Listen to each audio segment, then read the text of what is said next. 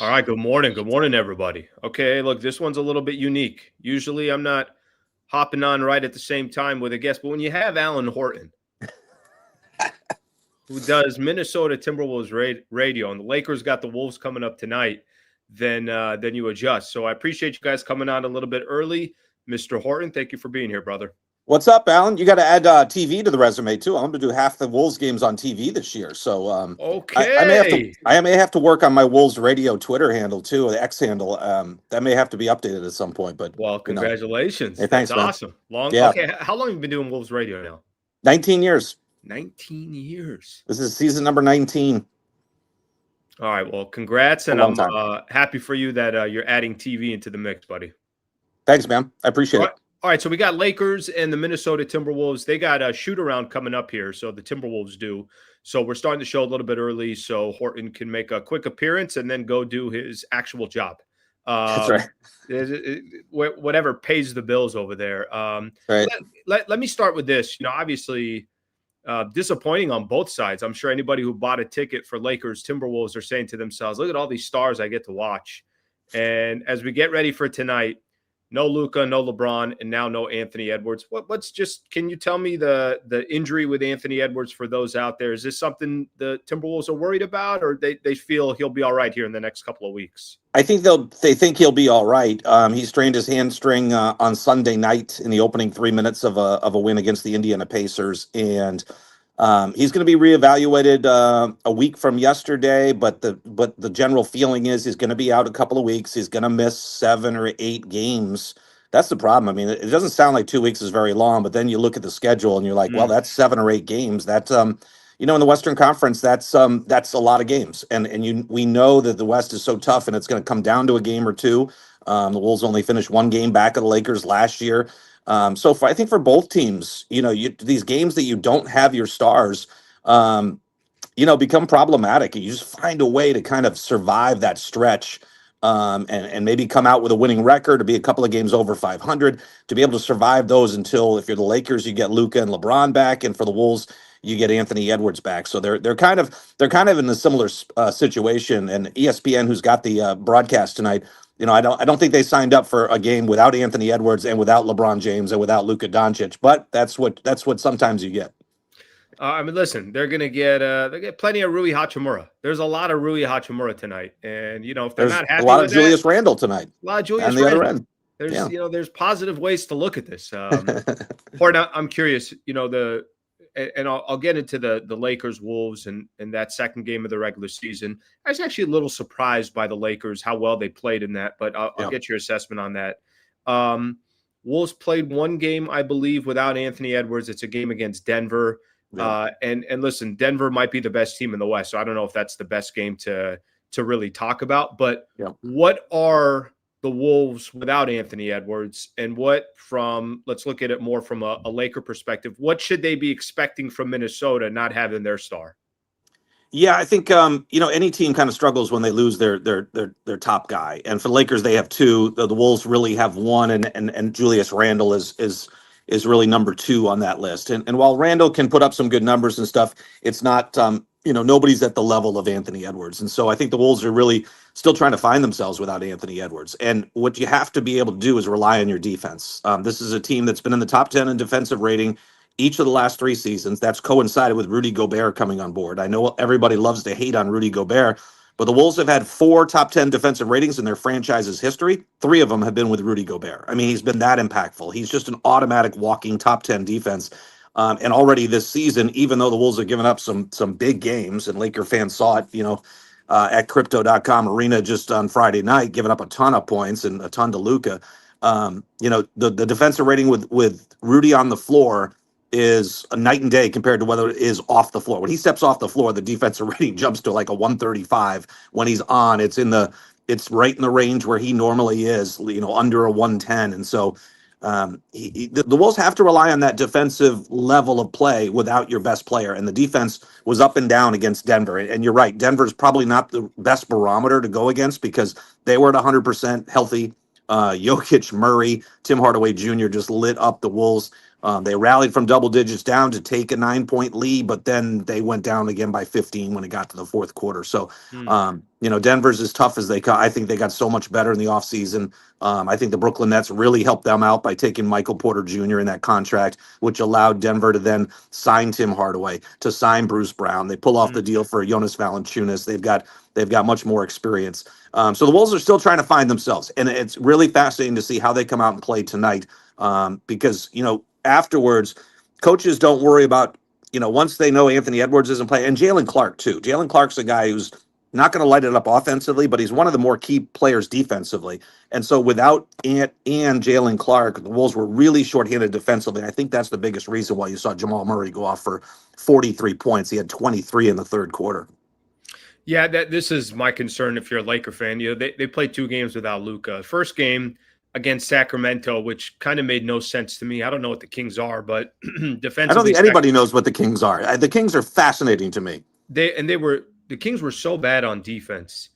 And that's the game Reaves went off for the 51, 11, and 9, I think his numbers were.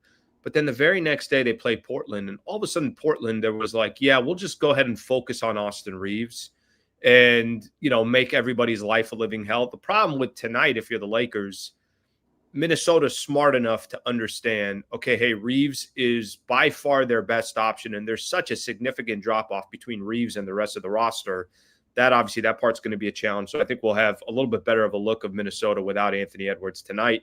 And I think the game against Denver, like you mentioned, might be a little bit more difficult to assess. What has been, I'm curious of kind of the identity of Minnesota. We watch them, 2 straight years they get to the Western Conference Finals. We watch them in game 2 of the regular season for the Lakers. That was opening night for Minnesota, correct? That was their no, they won Wednesday night in Portland. Yep. That's right. They played the Portland game. When Minnesota's at their best, what is their best? And the reason I think I asked the question, I'm trying to look at these 2 teams, the Lakers and the Minnesota Timberwolves. If you had to, and it's so early to try to figure this out, what team do you think's got a higher upside between the 2 teams?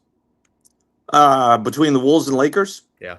I think it's the Wolves, and maybe that's having some Timberwolves colored glasses on. I'm not sure, but because I know that the Wolves can defend. We just talked about how the top 10 defense the last 3 years, including number 1 2 years ago.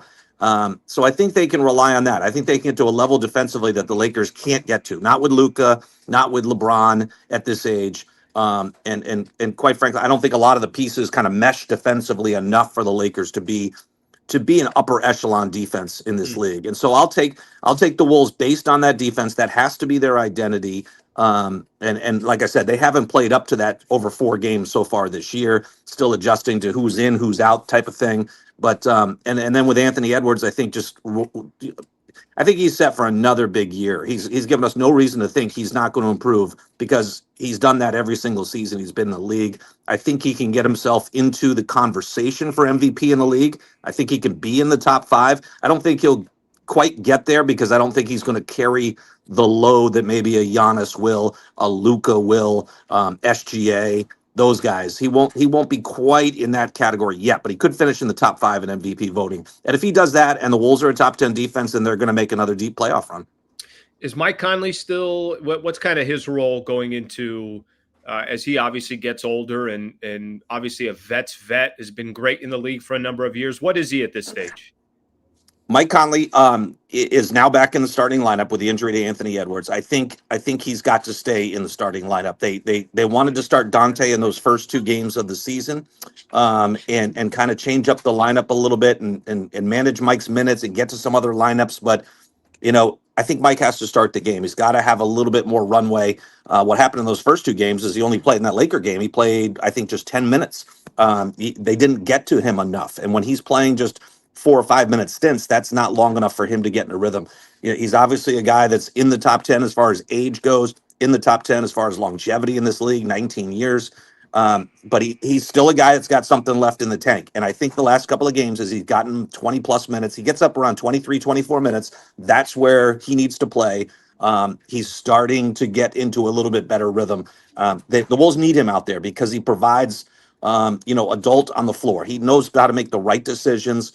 He can organize things offensively, defensively. He's still one of the better chase guys around to follow some shooters like Austin Reaves potentially. I think Jaden McDaniels will probably get that assignment tonight, but you'll see Mike Conley on him, chasing him around. Mike's still really good at that. He's an important piece, even though he's up there in his age. Okay, come more Horton. I know you guys shoot around coming here, so we'll let you go.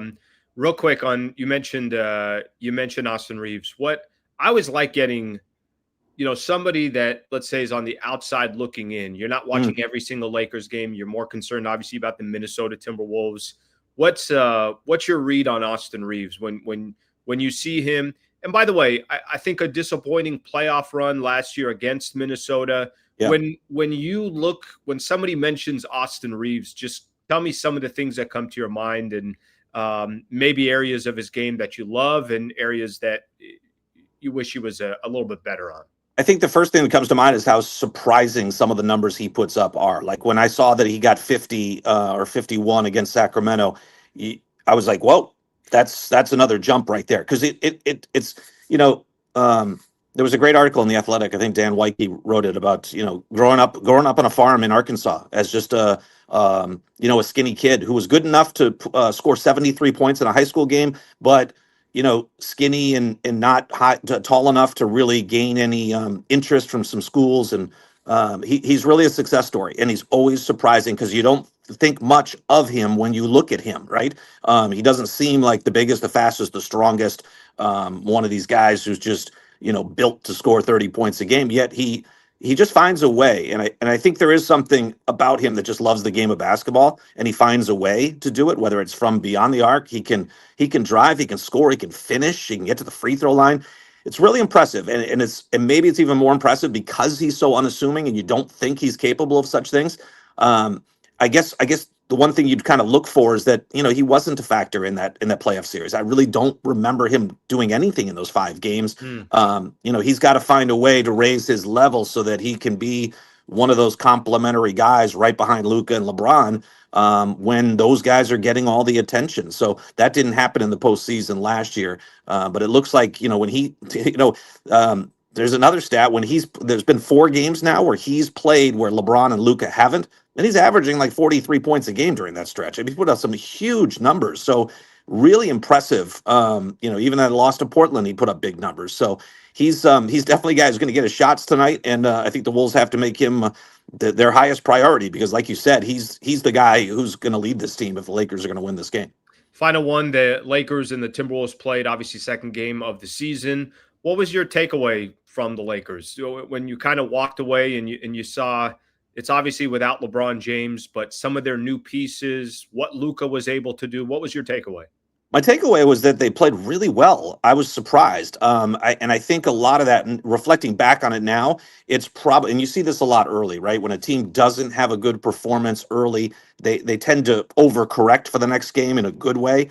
And so that game against Golden State was not really that close in their opener. And I thought they came out and played really well. Luka looked totally in control with a comfort level. And that's one of the things with Luka. You have to break him of that comfort level. And the Wolves were never able to do that. 49 points. They looked really good sharing the ball. I thought their defense was pretty good too. I think they zoned up a bunch. I'll have to look at those numbers before tonight. And I thought that caused the Wolves some problems. I think they looked like a much different team than they did in the opener. You can probably speak to that. The key thing is going forward is like those are the early couple of games. Which team are you? The one that played Golden State or the one that played Minnesota? A lot of teams are trying to figure that out, including the Wolves, because they played well defensively against Portland. They played awfully against the Lakers. That defense that they played is their 3rd worst defensive rating in the last 16 years. So wow. Dante DiVincenzo called it embarrassing. Chris Finch said it's one of the worst defensive performances in my tenure here. So it was a really poor defensive performance. And the Wolves never really made a run in that game, right? Like they just there was never even a 4-minute stretch where they maybe went on a 15-4 run or something. There was no life on that end of the floor defensively for the Wolves. So I think the Lakers have shown some impressive numbers. And then, it's all about consistency for both these teams because both teams are 2-2. Horton, great stuff, brother. Thank you for making the time. We kind of squeeze this in before you go do shoot around, but I really appreciate it. Alan, anytime, man. We'll try to squeeze it in when we can. And always appreciate coming on, man. Thank you, buddy. See All ya. right, that is Alan Horton right there. All right, great stuff. Alan Horton does Minnesota Timberwolves radio and TV, doing half of the TV games this year as well. I've known him for a long, long time. We actually known each other since San Diego days. He was a part of a radio station down there in San Diego back, however long ago it was. But the man, really, really good dude, and nice of him to join. Okay, so now we're back. Now we're here. Now everybody's like, I know people were looking at the time and they're like, what the hell is Alan doing at 7:54, whatever time I started? I was texting with Alan Horton this morning, and I wanted to at least just kind of get his thoughts on this upcoming game, get a little bit of insight on the Minnesota Timberwolves. And they got shoot around coming up here. So we're like, all right, well, let's just start the show a little bit early, and we'll come on and get a little bit of insight on the Timberwolves, and then we'll roll with the rest of the show. So thank you for being here. Appreciate you guys being a part of the show. I'll do my intro. I'll do the rundown. We'll do all that stuff. But let's kind of start here. We'll kind of take a look at some of the comments here and see where everybody is, and we'll get started from there. So again, appreciate you guys being here. All right, good morning, Slee and everyone. All right. One of the things that I do want to hit on, he said that he thinks Minnesota's ceiling is higher. We'll push back on that one a little bit. I think that's a kind of a conversation in its own, and we'll keep talking about Lakers and the Timberwolves. But I would push back just because of the star power that the Lakers have versus the star power that the Minnesota Timberwolves have. But the guy's going to make a case. He's going to say, hey, look, defensively, can you guys get stops when you need it? And I think that's obviously still a question mark where Minnesota, they can get stops. Let's see, Chris here. Problem is Conley is also struggling in shooting a lot this year. Also, leadership is solid, but the shooting is really bad. Mike Conley's been in the league for a long time. I always think of Mike Conley. I've said this about, hey, Dallas needs a quarterback. Let me think. There was another team that I was thinking of. I think it might have been Houston, obviously with Fred VanVleet out. And when I think of like a traditional NBA point guard, I don't know why, Mike Conley's name always comes up for me.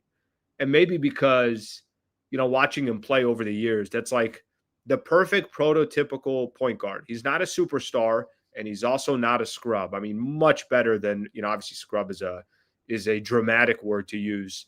But I always think of Mike Conley of like, yeah, that's the quarterback that you need.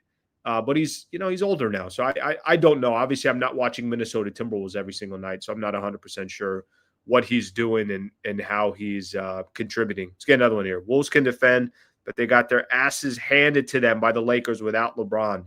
That part's true. I mean, I got one of my topics today. We'll go through some of the topics here real quick. One of the topics was about assessing the Lakers in week one. And to be honest with you, they're better than I thought they were. And that's primarily because I watched what I watched in that first victory for the Lakers last week. Okay, let's just do this. Let's give everyone a quick rundown what we got going on for the show. What we're going to hit on as far as the entirety of the show this morning. Some different topics that I have. Obviously, we'll throw in people's comments and their thoughts on where the Lakers are sitting, and then we'll go from there. So, Horton, if you didn't get a chance, if you tuned in right at 8 o'clock, he probably came on for close to 15 minutes. So feel free to go back, and we probably came on maybe 5-6 minutes early, something like that. Feel free to go back. You guys can listen to Alan Horton from Wolves Radio. Thoughts on week one? Lakers are 2-2. So tonight is technically the start of week two for the Lakers. And I got to be honest, they're better than I thought. And I got some reasons of why I believe so. And yes, this, start of the season, there's a lot of concern because of all the injuries that the Lakers have. But I definitely think some signs of optimism. Now, signs of optimism without Luka, probably not much. I mean, here's another topic here, expectations without Luka. To be frank with you, I think what we watched against the Blazers on what's today, Wednesday, the Blazers on Monday is probably what you'll see from the Lakers without Luka the rest of the way. So, I mean, I know that portion of it is very frustrating. I know that portion, probably a lot of people out there are frustrated, but my expectations without Luka, not much. Spent a little bit of time on that. Lakers versus Wolves tonight. They did play a game without Ant already. That was against Denver.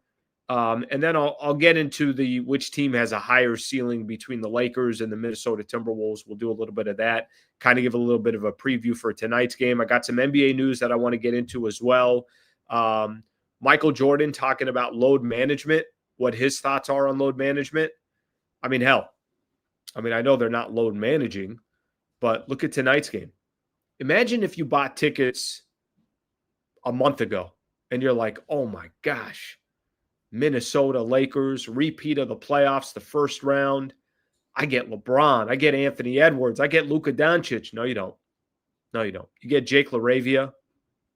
You get a little Jaden McDaniels, Julius Randle, because you ain't getting those stars. Those stars are not going to be in this game. So a couple things on from an NBA perspective, a couple stories that I saw from last night, some scores from yesterday's games as well, a couple good games. You got Milwaukee and New York. You have the Golden State Warriors and the Clippers. And then we'll chat a little bit about the World Series, and then we'll get out of here. So thank you very much for being here. I know I'm going to go at least an hour. Now, whether that takes me till 9 or we're just scaling back a little bit based on when we started. All right, let's take a look at some of the comments, and then we'll keep going here. Lakers Nation frustrated again. Yeah, this chat needs. I don't know. Sometimes I think this chat needs. Go take an edible or something. Just relax. Everybody, relax here a little bit. You don't have to do an edible. It's just, it's easier that way. Aiden looks like he's showing some positive signs. I agree with that. Some positive signs. All right, let's get things started here. So, thoughts on week 1. Let me just kind of give my assessment here real quick. And, I know the Lakers are 2-2. And I know it's a little bit more difficult right now to actually assess the Lakers because they just don't have any of their guys. They just don't have any of their guys. I think coming into the season, I kind of started falling into the trap of maybe a little bit more pessimistic. And you know what? Just watching in the preseason, it's like, I haven't really seen anything impressive. I mean, I'm not sure really how the Lakers are going to be a team truly battling in the Western Conference. So I think for me, coming into the regular season, I think my expectations kind of came down a notch. Now, I don't think they're a play-in team, but I did think that, look, it's going to be tough to be one of those top 5 teams in the Western Conference, top 4 teams in the Western Conference, especially because I thought the identity of the Lakers, well, what is it? What is their identity? Are they trying to outscore teams? Are they trying to put up 125 points tonight and hope they win by 3 or 5, 122 to 120? Well, that's not a strategy that's going to work. What's DeAndre Ayton going to be? Can you rely on Marcus Smart? There was a lot of questions coming into the regular season. Obviously, the question about LeBron as well. Lakers play the first game against the Golden State Warriors. And for me, a lot of those concerns really didn't go anywhere. But I did kind of understand and sympathize a little bit, saying to myself, all right, it's the Warriors. We know that the Warriors are as buttoned up as they get. They're definitely got more cohesiveness than the Lakers do. And then we, criticize the Lakers for not taking preseason as serious as they should. Okay, then we get the second game that comes up, and it's against the Minnesota Timberwolves. I mean, it was as impressive as a game that I've seen from the Lakers in a while. It really was. I mean, it was a beautiful basketball game from a Laker perspective. Luka was doing his thing. Austin Reaves was doing his thing. You felt Ayton's presence. I thought they were really, really smart on the defensive side. I think they zoned up for the most part and kind of caught Chris Finch and the Minnesota Timberwolves a little bit, asleep on that side of it.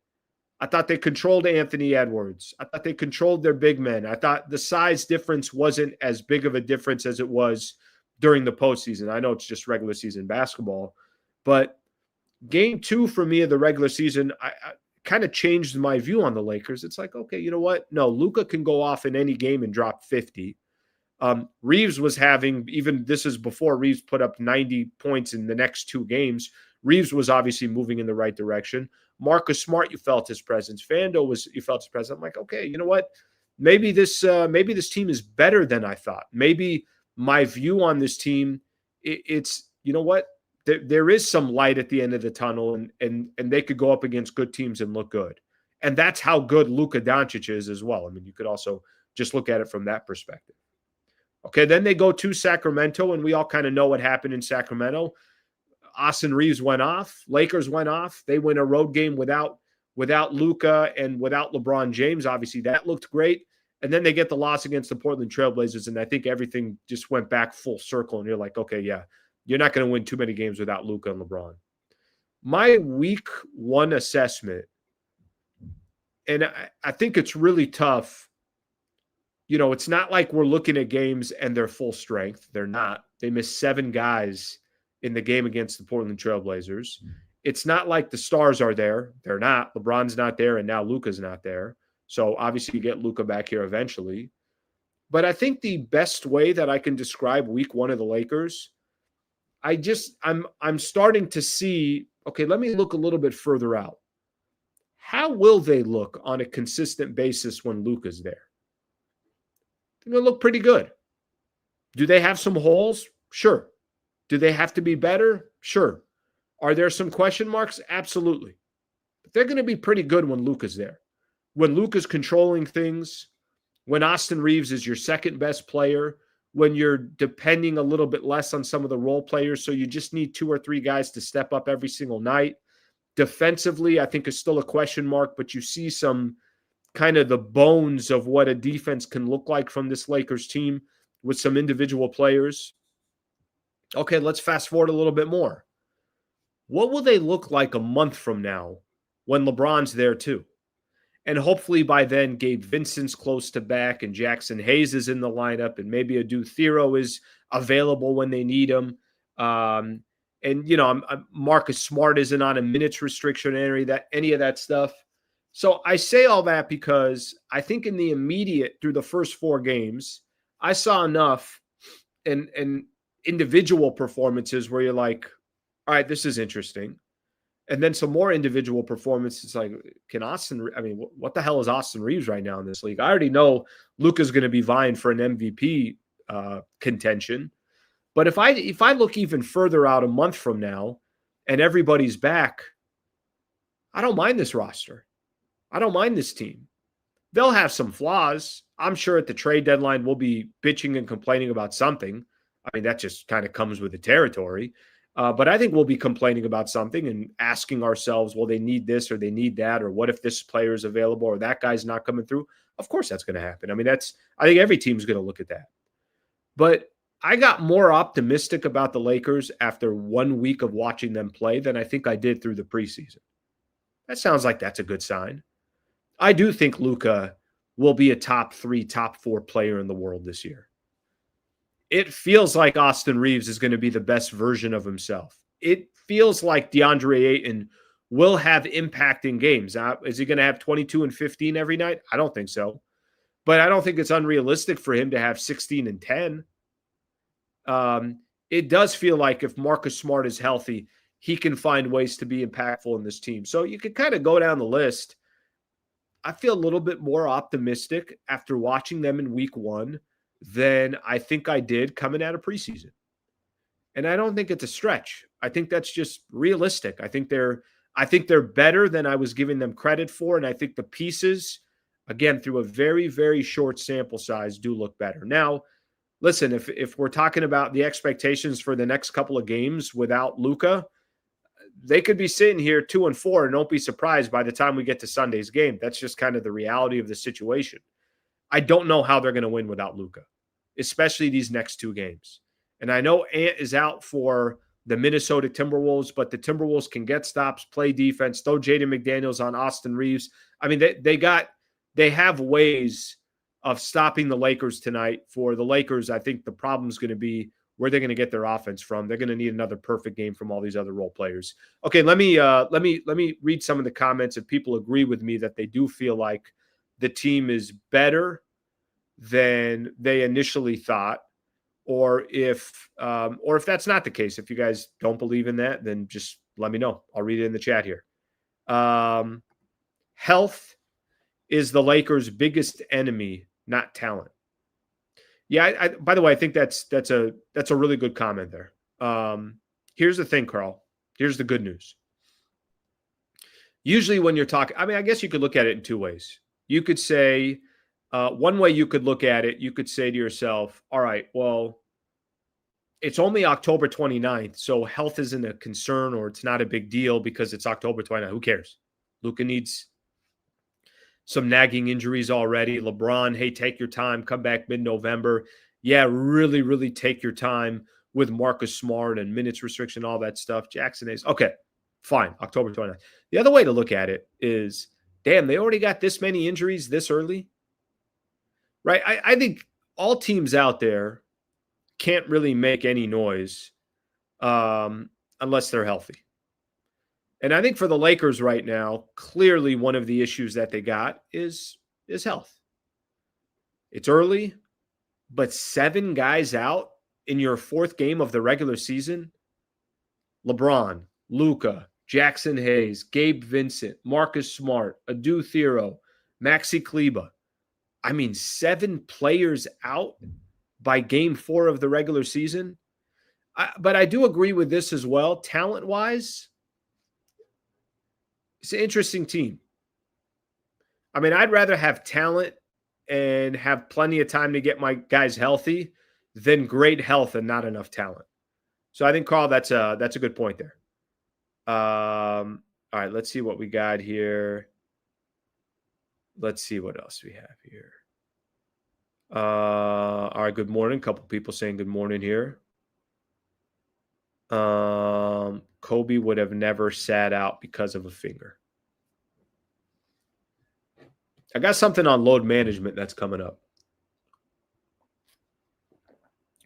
You know, it's funny. I don't put all this on the players. I don't.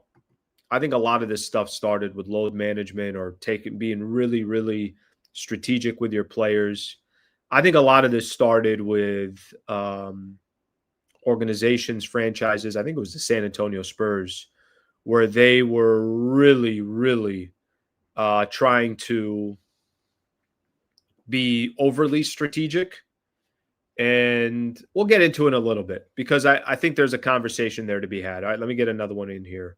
Luka will not win the MVP. Yeah, I don't think he's going to win the MVP, but I think he's going to be in that conversation. And that's all you're really asking for. I mean, all you're really asking for from Luka is like, listen, they're going to be talking about 3 guys as you get towards the end of the season. A, you got to be having an unbelievable season. B, your team's got to be good. So the Lakers obviously need both of those. I'll take a quote from Michael Thompson. He always used to say, there's only one MVP that matters, and that's finals MVP. Oh, not going to argue with Michael Thompson on that one. DK was really 2 shots away from a breakout last game. Hopefully you can show that this game. Did see a little improvement on D. 3 stocks as well, better rotations. Not great, but better. Yeah, listen, I'm looking forward to see Dalton Connect tonight against the Wolves because Lakers are going to play him. They're going to need him. I looked at Dalton Connect's game after the game against the Portland Trailblazers, and I didn't walk away all that impressed. I know some people are looking at 16 points, all that stuff. Maybe for Dalton Connect right now, that is impressive, but he didn't hit key shots in key moments. Missed a couple of shots that really would have kind of brought the Lakers back into that game. I think they were down 7, missed a couple threes, could have got them down to 4. I need those buckets to go in. And I don't need them. Connect needs them. And if Connect hits them, then there's more confidence for Dalton Connect, and there's more confidence in the coaching staff of getting him looks and touches and everything else. AR center of gravity will make the shooters better, just like Luka does. The guy just needs to hit them. LeBron is also huge for organizing the offense and being a communicator on defense. He and Luka are huge. Let's see what we got here. Yeah, I really actually think, and I mean this when I say it, I think the squad is better than I thought. And I think the squad, there's some real upside here once they get healthy. And they don't even have to get everybody back, but you got to get Luka back. I mean, yes, you got to get Marcus Smart back. You got to get some of these role players, no question about it. But how much can you really do without Luka? All right, let me read this one on Portland, and then I want to talk about the next kind of the expectations here without Luka coming up. So you really think LeBron or Luka would keep up the pace of Portland and defense? No, but I'll tell you what it is. I think it's you control the pace. You see, what Luka Doncic does, and I think what makes him, so great, and a lot of these players, they control the pace. Did you guys see the Lakers versus the Minnesota Timberwolves? And you even heard the broadcasters talking about it. The broadcasters were saying how impressive it was, how Luka Doncic, you can't speed him up. Well, it's almost, let me give you an example. In the NFL, you got this high-flying offensive team, and they throw the ball X amount of times, and they're just the pace. You think of like the St. Louis Rams back in the days, that high-flying act and how quick they move the ball up. They threw the ball all the time, all that stuff, right? But then you got the opposing team that, well, they run the ball and they play defense. They dictate the pace. You can't do anything if you don't have the ball. You can't do anything if we're set on defense, and I'm talking about from an NBA perspective. Yes, the Blazers pick up the pace. Yes, the Blazers pick up full court, all that stuff. But if you have actual ball handlers and some of the best players in the world, including Luka, including LeBron James, they dictate the pace. Now, all of a sudden, that fast transition, the Portland Trailblazers want to speed you up. It doesn't happen anymore. So that's Lakers don't need to run a track meet with the Portland Trailblazers. They just need to control the pace of the game.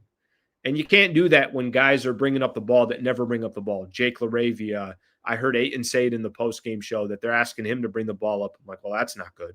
But I understand why. They're thinking, all right, well, the other center is going to be all the way on the other side of the floor, and there's going to be less pressure on ball. By the way, I do like that. I'm seeing this now in the NBA. I love it.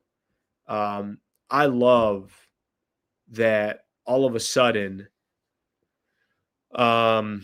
teams are picking up full court. I like the action. You also got the 8-second clock. I mean, Lakers got hit with a 8-second violation because they picked Jake LaRavia up from half court and he couldn't get the ball past half court. But I like teams that are starting to do that right now. Okay, expectations for the next couple of games. Let's just kind of talk here real quick as the Lakers are sitting here without Luka Doncic, at least for the next 2 games. I don't feel good about it. I mean, if I'm just going to be honest with you, I think there is a little bit of, as we get ready for the game against the Minnesota Timberwolves, I don't feel good about it. I mean, do you guys feel good about playing Minnesota? I don't care that Ant's not there. I think the problem is Minnesota gets stops. They're well coached. This isn't the Sacramento Kings. They will be all over Austin Reaves. Jaden McDaniels will be all over Austin Reaves.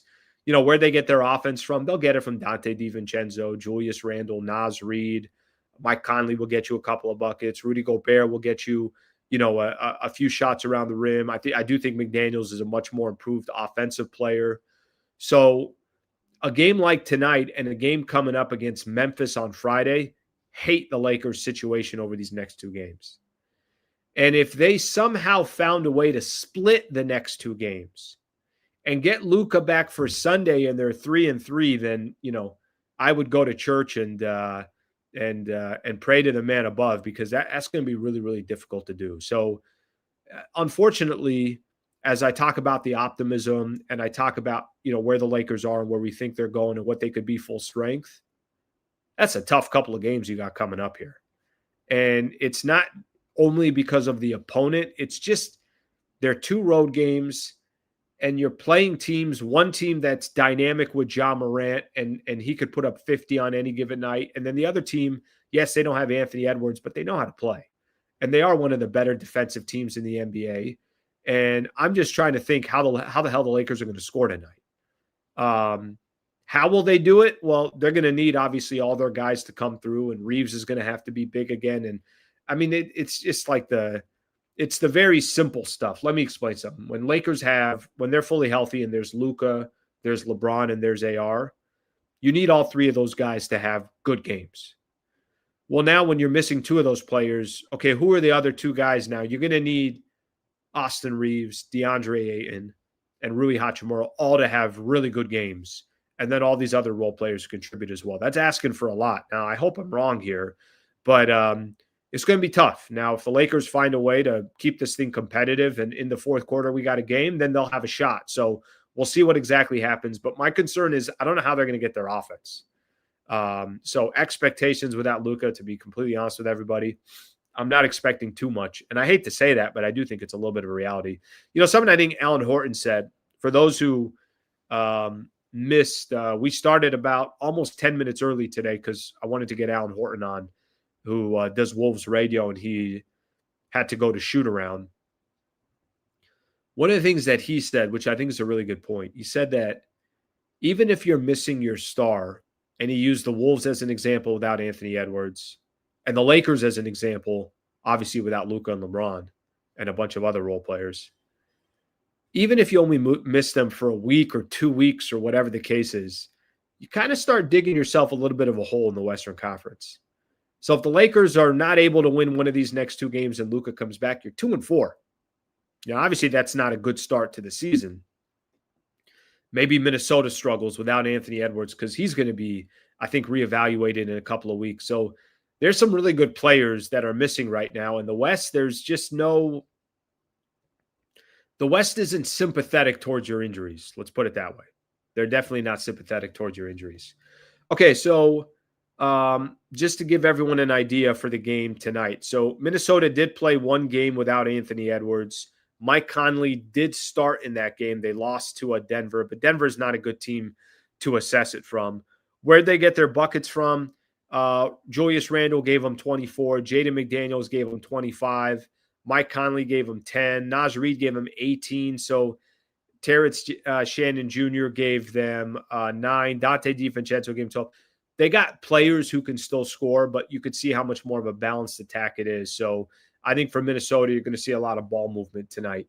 The one topic that I had that I want to hit on here real quick, who's got the higher ceiling between the Lakers and the Minnesota Timberwolves? I asked Alan Horton that question. Horton thought it was the Minnesota Timberwolves, and he said, listen, the Timberwolves play defense. That's why they have a higher ceiling. And frankly, I can't really argue with him here. And if I argue with him, which I'm going to, the argument he's making is they get stops and the Lakers don't. And you need teams to get stops come postseason. Here's another thing that he has on his side. They beat the Lakers in 5 games last year. Now, the roster is not exactly the same. Obviously, the roster is a little bit different.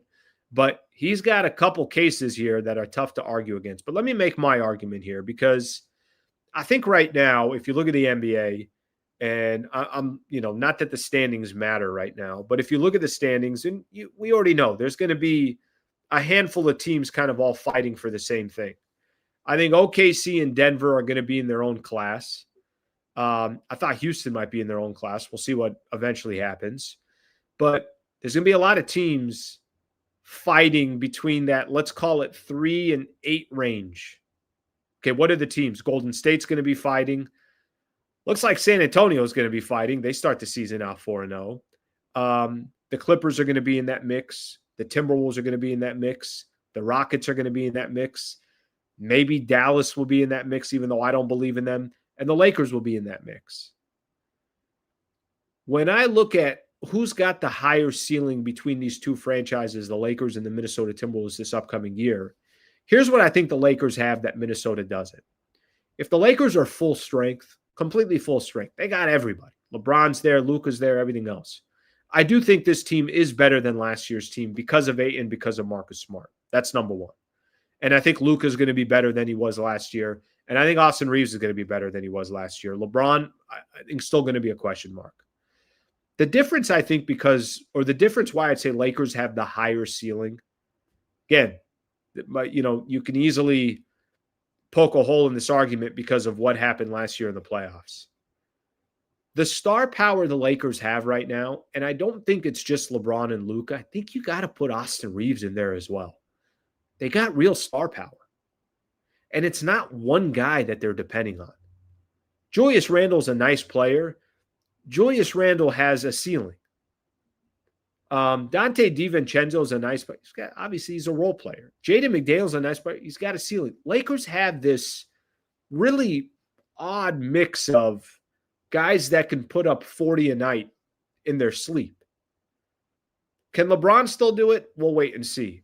But when I do look at the ceiling for the Lakers, I think if you said who's the best player on the floor when the Lakers play the Minnesota Timberwolves, it's Luka. Okay, who's the second best player? It's Anthony Edwards. Then you start asking yourself, okay, well, who comes after that? You might have a couple Lakers before you even get to a Timberwolves player. Now, Timberwolves will have more balance and they'll have more defense, so that I got to give to them.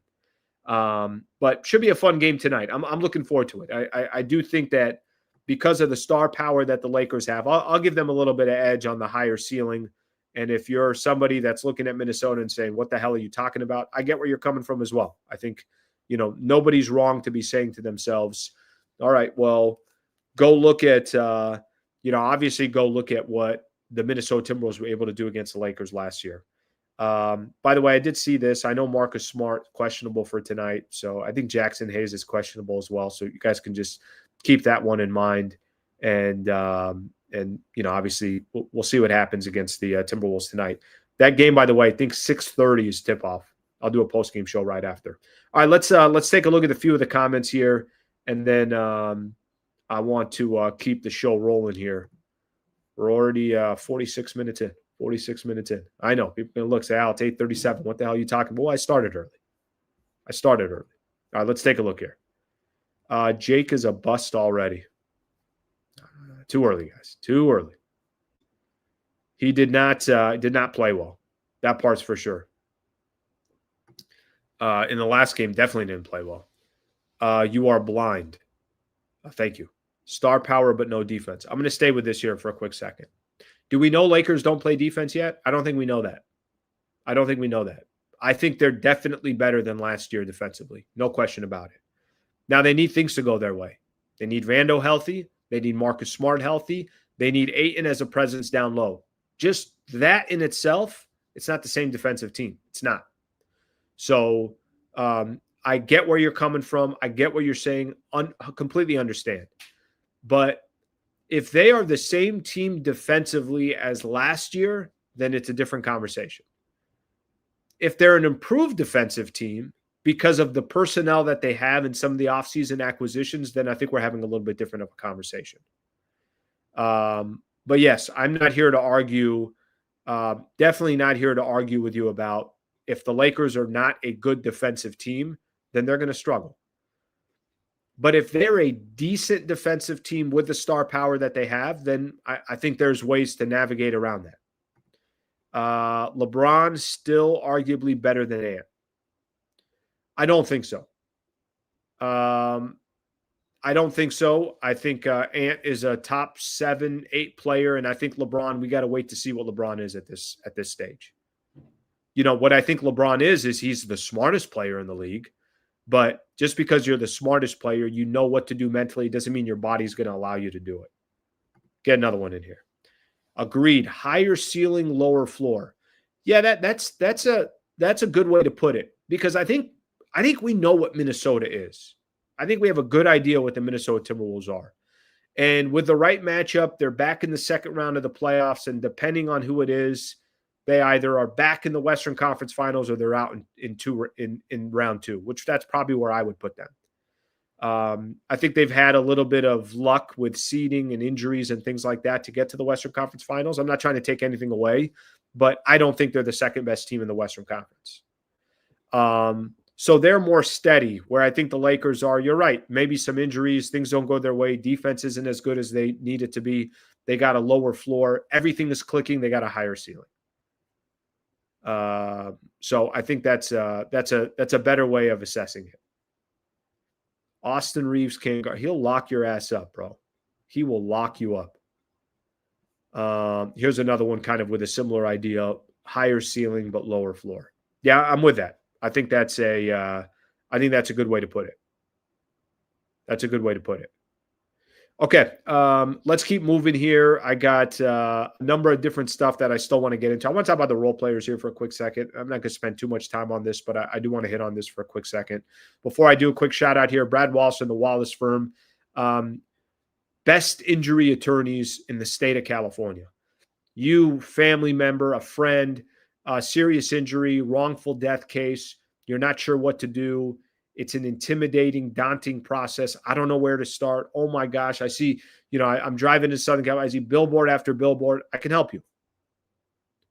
WallaceWins.com/Sliwa. WallaceWins.com/Sliwa. Go to the website. Just fill out get a free consultation. Fill out this little form that they have to get the information, kind of get a little bit more background of the case that you're dealing with, and they'll be able to help you.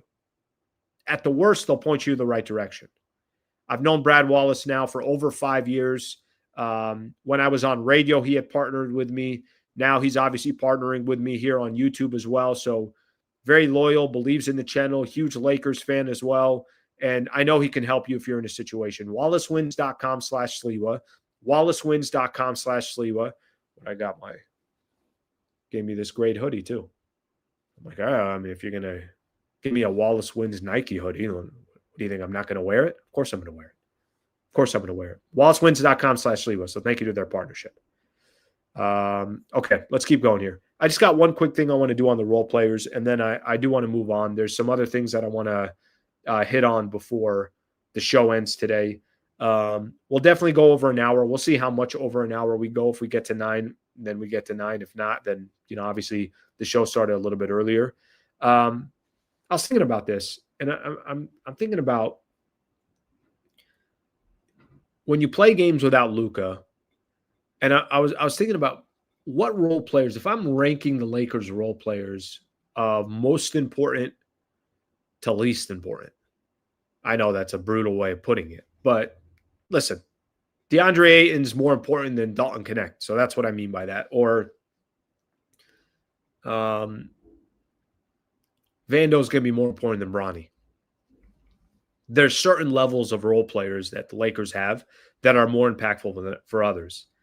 And as the Lakers get all these injuries, I'm sitting back and I'm asking myself, I'm like, okay, well, you got 7 guys that were out in the last game. Well, let's just pretend everybody's there. And I'm kind of ranking these role players of most important. I think we all agree with this. The most important role player that the Lakers have. And I'm going to take Austin Reaves, LeBron, and Luka out of the mix. I think we'd all agree is Ayton. I mean, there's going to be some games where you can make the case everybody's healthy. Ayton's going to be more important than Austin Reaves because they need a presence down low. I think we all agree Ayton is the most important role player. Here's a player that I kind of just keeps climbing the ladder for me. And I'm saying to myself, I'm like, is he become the second most important role player on this team? Is Marcus Smart the second most important role player on this Lakers team? Because in the games that he's played, I really genuinely feel his impact. And there's just this there's this presence he brings that I think no other player brings on this Lakers team. And that's including Vando, who's got, they got a kind of a similar skill set from they're tough guys. They're enforcers. They play defense. Marcus Smart, obviously a much better offensive player than Vando. So I'm like, all right, I know Ayton's the most important role player.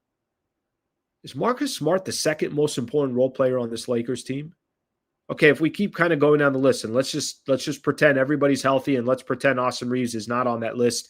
We'll put him with the stars for now. All right, who becomes then? You go Ayton, you go Smart. Is it Vando? Is it Jake LaRavia? Is it Gabe Vincent? Is it Jackson Hayes? I'm trying to figure out the importance of each one of these role players. And this is what I eventually got to. I got to Ayton, Marcus Smart. It was tough between Gabe and Vando because Gabe, they really do need his role. I just don't know how much they can depend on it. But I'll say Vando, then Gabe. I'm skipping Rui here. Not skipping Rui, but I kind of already know how important Rui is. Maybe you kind of got to put Rui before Marcus Smart. Yeah, you probably got to put Rui. But there's just something about Marcus Smart that just kind of sticks out to me. I don't have to sit here and we don't have to go through all of them, but I'm just kind of playing this in my head. I'm like, look, each team's got role players that you're going to depend on. But when you look at each one of these role players, who are the guys that you feel like, God, if Marcus Smart has a good game or you feel his presence, you feel like you're going to win. You can definitely say the same thing about Rui Hachimura.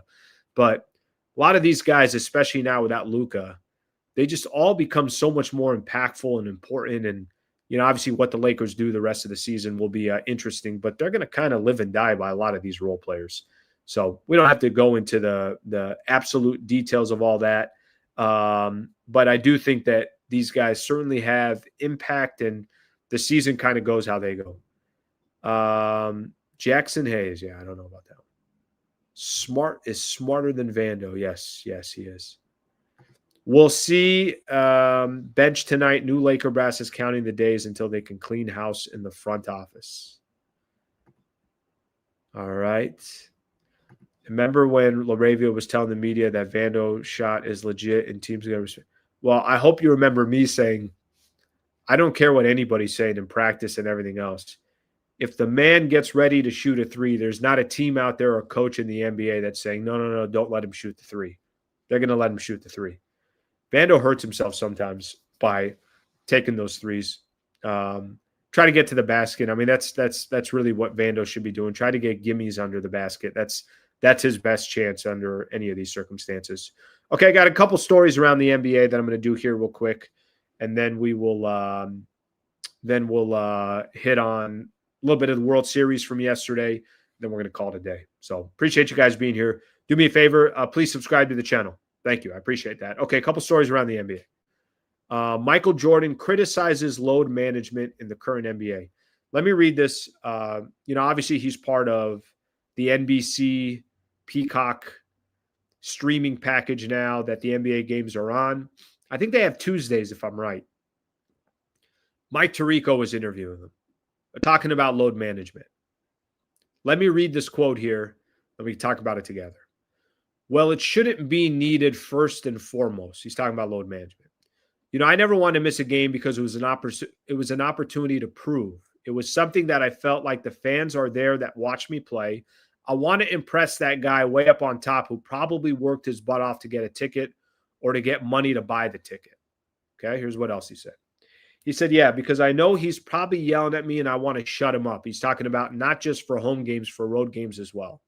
He's calling me all kinds of names. I definitely want to shut him up.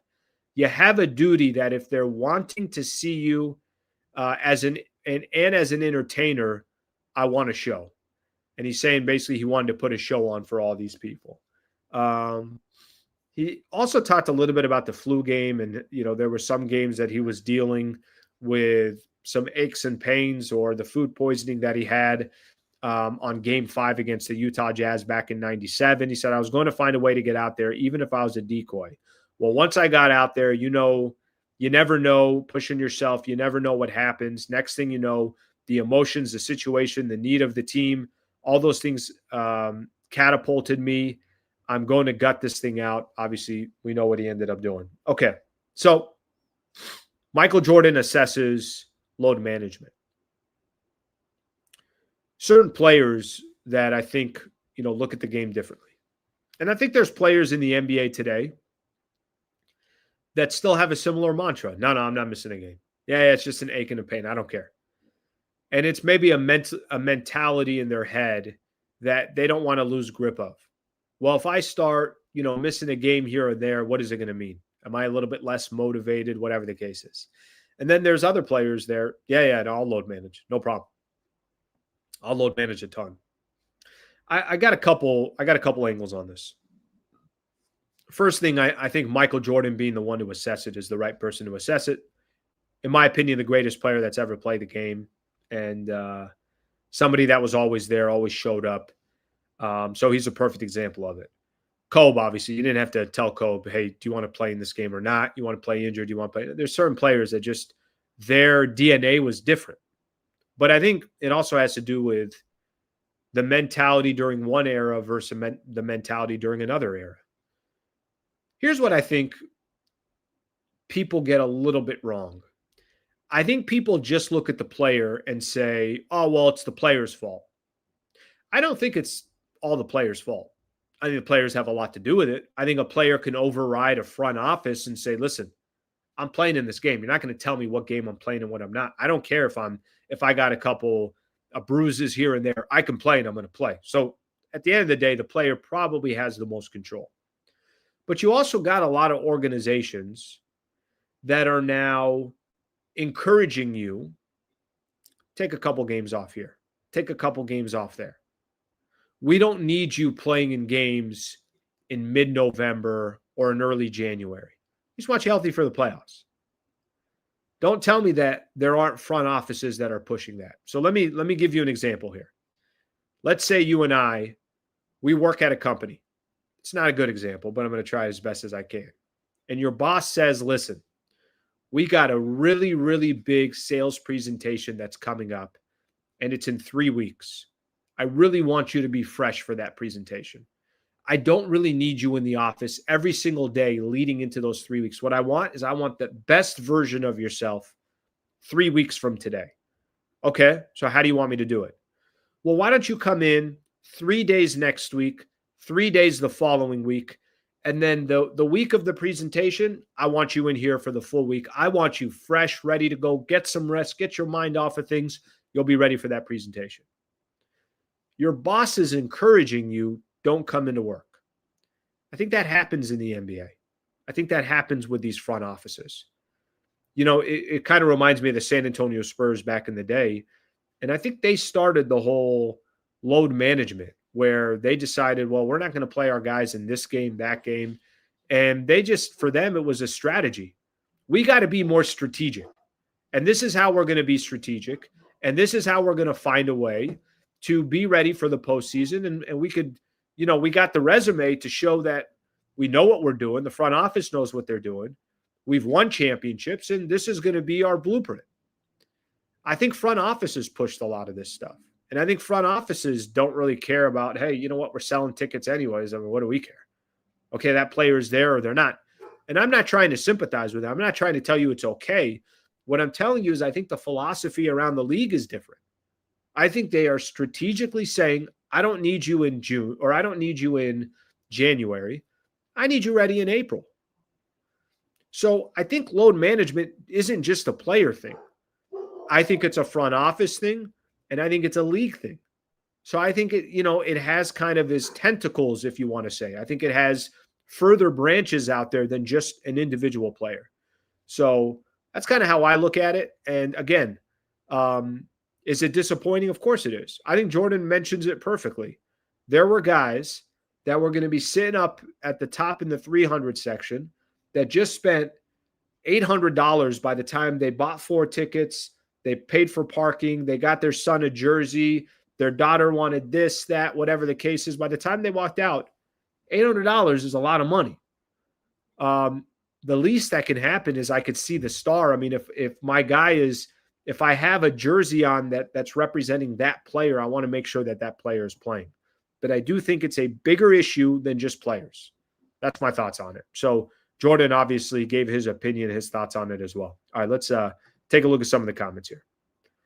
The league, is it the same? Players back then didn't have to make 1,000 rotations to the 3-point line and recover, more movement, more injuries. Yeah, but it's also not the same. It was a lot more physical back then as well. I mean, guys used to get their asses kicked in games. I mean, if we use Jordan as an example, before Jordan was able to win a championship, there was the bad boy Pistons. You know what their strategy was against Michael Jordan? Put him on his ass. Every time he comes anywhere near the paint, put him on his ass. I mean, they were literally, I don't think they're trying to injure him, but they were definitely trying to put their elbows to his chin and make sure that we can't beat you. So we can't beat you on the court through talent. So we're just going to beat you physically. You know what Jordan did after that? Got in the gym, started lifting, knew he had to be bigger and stronger and be able to take those hits. And other players on the Bulls kind of had a similar strategy. They got a couple enforcers, then they got past the Pistons. The game was also different. It was a lot more physical. Game today is not physical. So I think it's different from that perspective. Let's see what we got here. I got a coworker that load manages 1 day per week. I'm going to start load managing. Fridays, I'm out at 8:30. We'll go a half hour. We'll load manage for you guys. Let's see what else we got here. All right, some more Jake LaRavia stuff. So, anyways, I think that at the end of the day, for me, I think it's more about there are obviously a lot of players and front office that are more strategic in that sense as far as load managing. All right, a bruise to the face or chest is not the same as an Achilles injury. Guys, obviously, if somebody's got an Achilles injury, you're not going to play them. I'm not talking about the Achilles injury. I'm talking about the just the regular kind of wear and tear through an 82-game season. Of course, if somebody's got a real injury, nobody's talking about that. But I think you guys know the type of injuries that I'm talking about. Okay, so that was Jordan. That was talking a little bit about load management. Okay, I got a couple other NBA stories. You know what? We're going to end up getting to 9. We're going to end up getting to 9 o'clock. A couple other stories yesterday. A couple good games. We'll give the Bucks some credit. They beat the New York Knicks. They start out the season 3-1. I saw the highlights of this game. I didn't get a chance to actually watch the game. You know who's a nice player for the Milwaukee Bucks? Ryan Rollins. Really nice player. Watching the highlights, that guy was cash. Anywhere on the floor, he was cash. Really, really good. Okay, a couple other scores around the NBA. Clippers got their asses kicked by the Warriors. Warriors starting out 4-1. Warriors looking good. Biggest question for the Warriors is always going to be health. Thunder are 5-0. Kings are 1-3. That's not a good basketball team. What's the other game that I saw? Sixers were down 10 with like 2.5 minutes to go. They come all the way back. Tyrese Maxey puts the team on his shoulders. They come all the way back. The 76ers are 4-0. Now they're playing the Wizards. Weird seeing the Wizards. CJ McCollum, Chris Middleton on that team. Weird to see some of those players on that team. Just they finally got some veterans on that team now. These are guys that are definitely not the same players as they were before. What's the one other NBA story that I got here, and then I'll hit on the World Series here. We'll take a look at some of the comps. We'll call it a day. Miami Heat guard Terry Rozier, Portland Trail Blazers coach Chauncey Billups will not be paid while leave of absence from their teams because of federal charges related to gambling. I also saw something as well. Something on Terry Rozier. The IRS filed that lien against Rozier. So Terry Rozier had a lien on him. And it was filed, the lien was filed in November of 2023, showing an unpaid balance assessment of over $8 million for the 2021 tax year. So why is that important? It's important. You don't know. It's Terry Rozier trying to fix things and make bets and this and that because he's in debt? I don't know. I know he was supposed to make $26 million this year. Salary this year, $26.6 million. I don't get it, man. I don't get it. But, kind of is what it is. We'll see what eventually happens in the NBA. I know we've all hit a lot on that. Let's see what we got here. You're exactly right. It literally costs $800 to go to the late game, get the tickets, get parking, get my kid a jersey, and eat, and that's only one kid. That's wild. I mean, everything now. I mean, every single thing you try to do now is just, obviously crazy, crazy expensive. So I think we all understand that one. Okay, last thing I got here. We're going to call it a day. Appreciate you guys being here. Thank you to Alan Horton for joining the show. And if you guys don't mind subscribing to the channel, would really appreciate it. Watched most of this game yesterday. I watched Toronto versus the Dodgers. Not the whole game, but I saw basically from 2-1 on. So I think I started watching from about the 4th or 5th inning. Shohei ends up going 6 innings. Didn't look like the regular Shohei Ohtani, which I know is wild because the man played 18 innings the night before, was on base 9 times. Just 9 times. Not a big deal at all. Just 9 times. Freaking video game. But he gave up 4 runs yesterday. So gave up the 2-run homer to Vladimir Guerrero, and also had a couple guys come on in the 7th inning. that eventually scored. I think when he left the game, 2 on, nobody out. Both of those guys scored, guys on second and third. Got to be honest with everybody. I wasn't expecting that from Toronto yesterday. I think when you lose the way they did in 18 innings, and I think for either team, I think Toronto to win game 4 on the road after losing in 18 innings on a walk-off, all the momentum with the Dodgers, everyone kind of counting the Toronto Blue Jays out, that was impressive. Now, do I still think the Dodgers are going to win the series? I do. Do they still have dominant starting pitching available to them? They do. Do they still have a number of guys that can go off in any game? They do. But I'm surprised the series is tied to a piece. You know, technically in the game of baseball, anyone can win 2 or 3. So the Blue Jays have to kind of feel pretty good about themselves. Game 5 tonight, Blake Snell. It's actually it's a repeat of game 1. Blake Snell on the mound for the Dodgers. We'll see what happens, but I still think the Dodgers, not in the driver's seat, but they're still comfortable. But again, I am surprised that Toronto won yesterday. Let's keep it that simple. I'm surprised that they ended up winning that game. Dodgers should be down 3-1.